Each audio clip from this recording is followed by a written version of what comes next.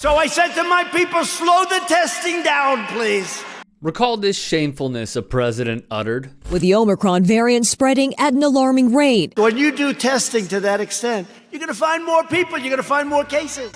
Because it is unfortunately still relevant today. If you get infected, you could transmit that to someone else who might be vulnerable, who might be an elderly person, might be someone with an underlying condition, that actually you're playing a role in transmitting that infection to them, even though you yourself are not particularly bothered by that infection. A week ago, 1 week ago, Omicron accounted for just 3% of cases. Now, a stunning 73%. More than 21,000 new cases for the second day in a row. As Omicron invades and wreaks havoc on our fellow countrymen and women, hospitals already stretched thin are bracing for more trouble ahead. The sports leagues have had to postpone and reschedule a bevy of games from the NFL to the NBA to the NHL. The issue is the leagues know what has occurred previously. That total is nearly $12 billion.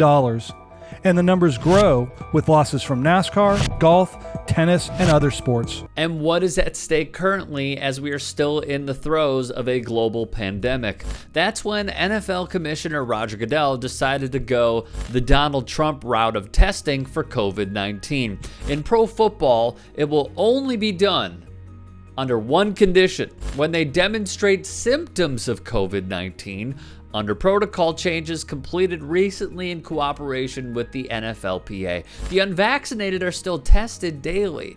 However, if you're vaxxed, the NFL will stamp it with permission to be more negligent than it has allowed any other time during the pandemic. Thus, the league and its Players Association have come up with a lazy solution: willful ignorance. At a time when the sport should deploy its resources to test as thoroughly as possible and seek clarity about the challenges it faces now and for the remainder of the season, the two sides have agreed to do less, no less, and try to plow through the final weeks of the 2021 campaign. The CDC numbers showed nearly a six-fold increase in Omicron's share of infections in only 1 week. To their credit, previously the NFL had a higher threshold for returning, which included 2 negative tests 24 hours apart. Now a player could get back to his team with 2 negative tests that can be taken concurrently, and they could be administered as soon as a day after the positive test. The issue is, as we know, even if asymptomatic, the virus can still spread.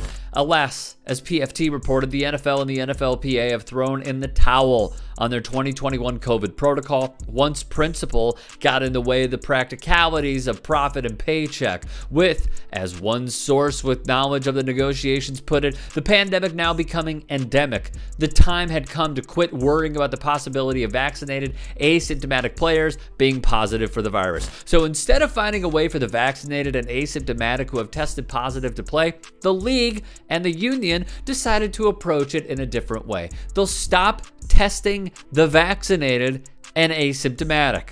Longtime NFL reporter and writer Peter King quoted an unnamed league source saying, "I still think players who aren't feeling well will self-report. They don't want to get their teammates sick." And to that I say, huh?